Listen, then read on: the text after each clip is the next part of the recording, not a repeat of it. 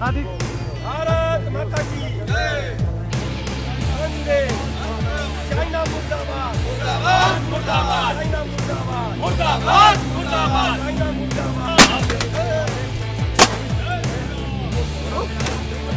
अरे भाई उठा के दोबारा दे मारो यार दोबारा उठा के मारो 1962 वो युद्ध हम सबको याद होगा चाइना ने चीनी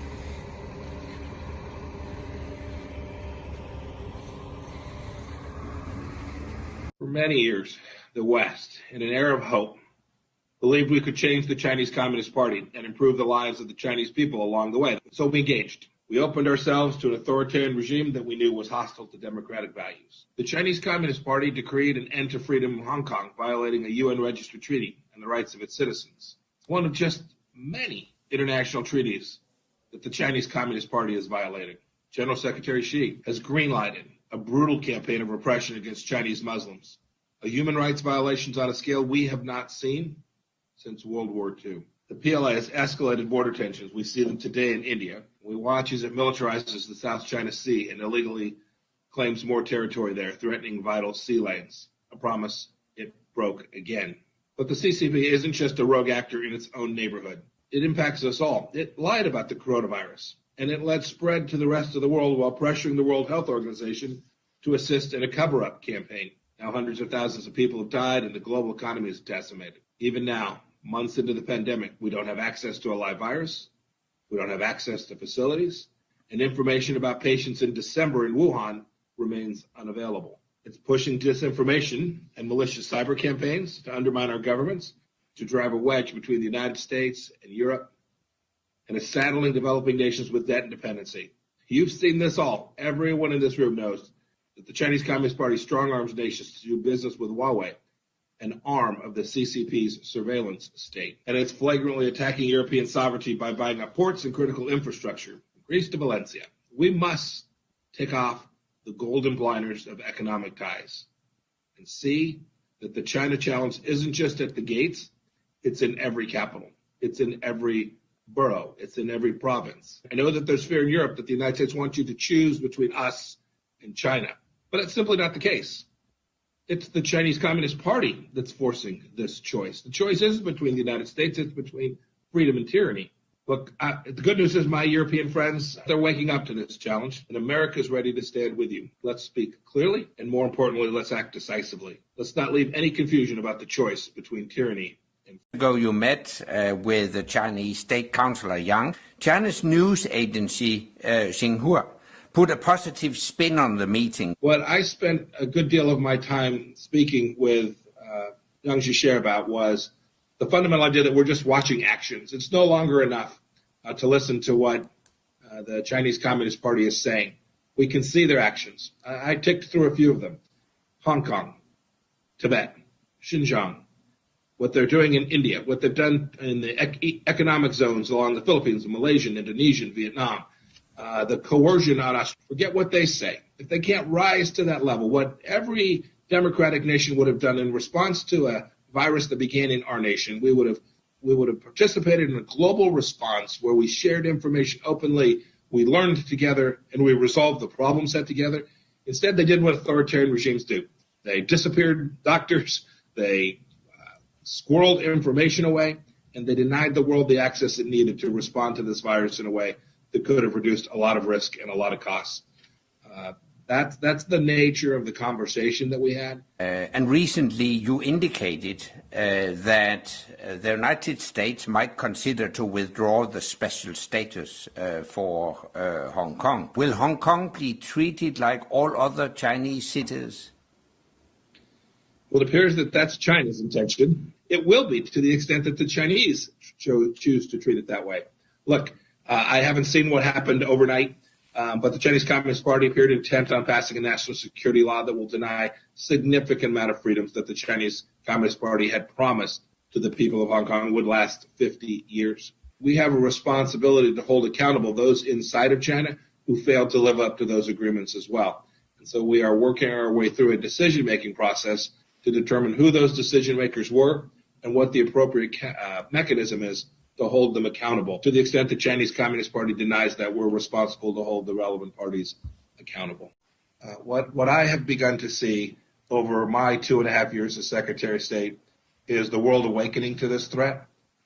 Right now, many of these conversations about just what you described are happening to me privately. The calls are, hey, Mike, here's what we're observing. The Chinese Communist Party engaged in here. How can you help? We do our best in each case to provide them the type of assistance that makes most sense. We need to raise this to another level to where countries are prepared and are in position to respond to these things in a public way. When we do that,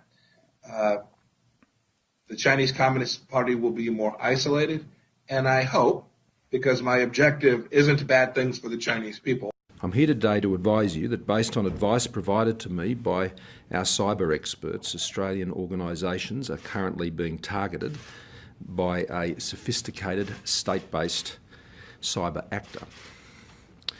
This activity is targeting Australian organisations across a range of sectors, including all levels of government, industry, political organisations, education, health, essential service providers and operators of other critical infrastructure.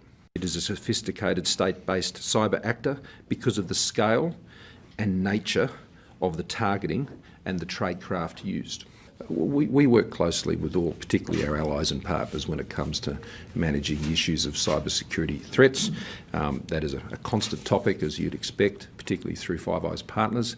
I spoke to Boris Johnson last night about a range of matters, including this one, and there are other engagements with our partners and allies on this overnight.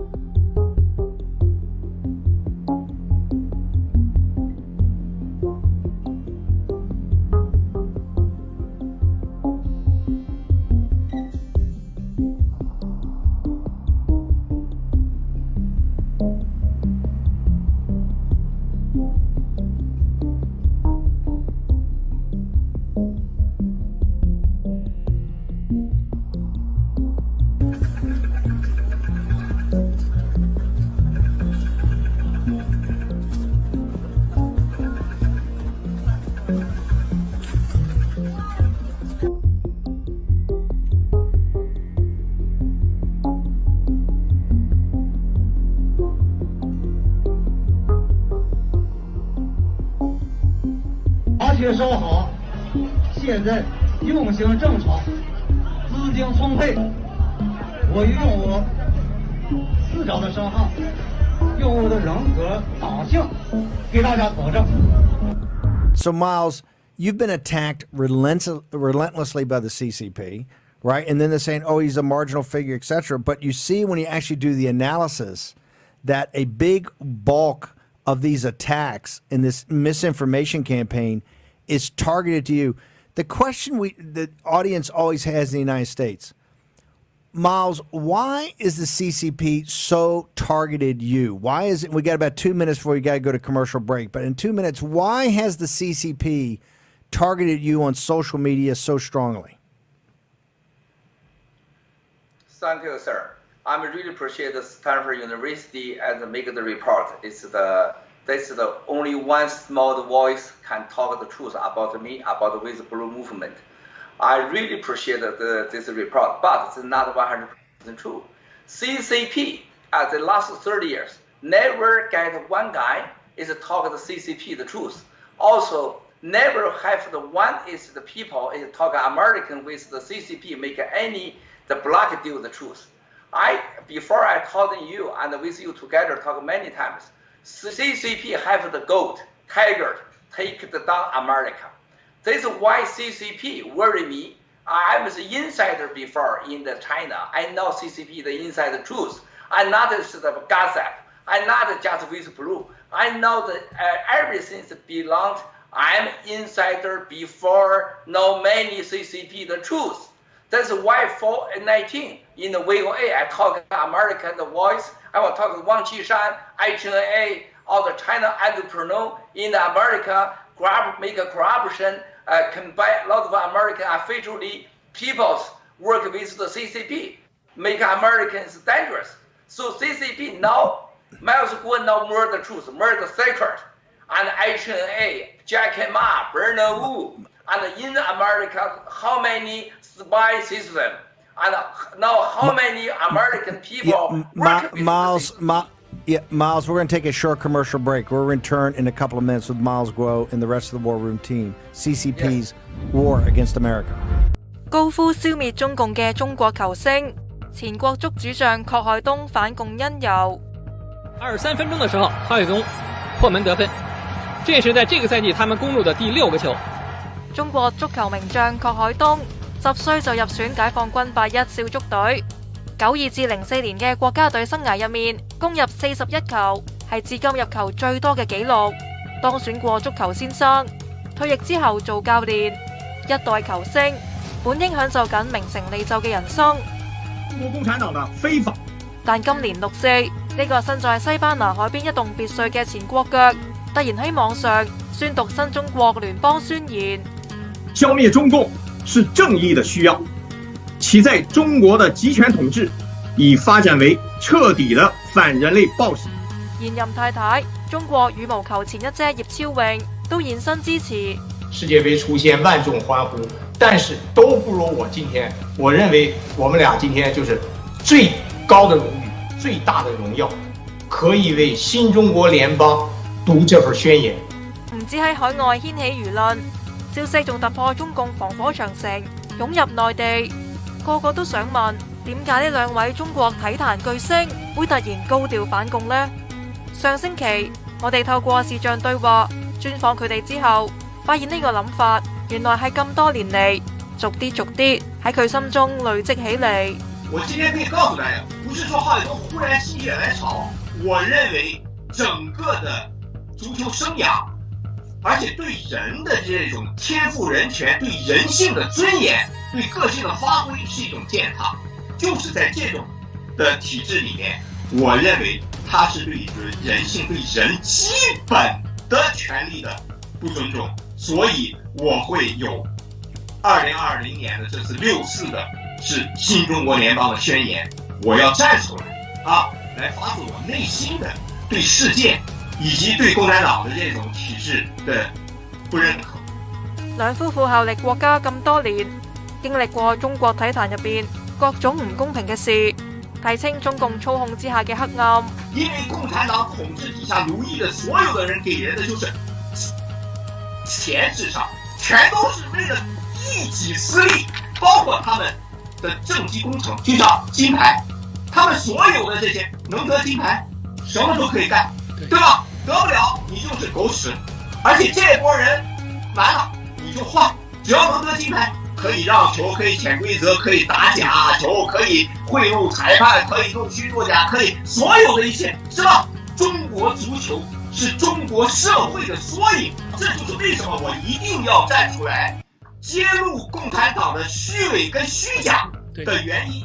佢哋兩公婆自從6四讀完宣言，就被中共全網封殺，有750萬 fans 嘅新浪微博、百度搜尋，通通都被消失。而且阿仔郝潤澤無奈就被原本效力嘅塞爾維亞球隊炒魷，令人聯想係咪中共施壓？但阿仔都支持佢。兒子唯一的就是說，爸爸，你要說真話，要說實話，要說真實的事情啊，其他的他說都沒關係。所有因為他們帶來的一些後果，我跟我的孩子們家裡面的人說聲抱歉，因為他們不應該受到這樣的牽連。佢哋兩個而家旅居西班牙，中國護照嘛，對吧？但都話跌埋心水，等中共倒台先會返中國，甚至預計喺國內嘅資產都會冇埋。但是那又只能怎麼樣呢？那只是錢在哪不能掙錢？沒有了共產黨，我們掙的錢更多。佢哋去西班牙之前，見證過香港嘅抗爭運動。郝海東在19年10月份見證過、看見過香港的抗議運動，他們沒有打砸搶啊，他們就是這人排着隊走，多數都是年輕人。那香港的抗爭，他們正常的在這種抗爭當中，他們如果是就是為了去燒毀打砸搶的東西的話，那有好多的這些名牌店啊，亂七八糟這些東西，他們去燒了它，對吧？我沒看到啊。那麼他們以自己的身軀來出來去抗爭，那他們是表達自己的訴求。所以我對香港這個整個的他們對自我的這種權利，他們的這種發聲，他們出來的這種行動，我是100%的支持。郝海東話：中共破壞香港回歸嗰陣承諾嘅一國兩制50年不變，踐踏法律、民主同信約精神，但市民發聲就被港府同中共打壓，好似當年6·4咁，寄予香港人要守住啊！希望大家真正的為自己的尊嚴啊、民主、法治啊堅持住，香港就是我們中國的耶路撒冷聖城。保護香港，時代革命。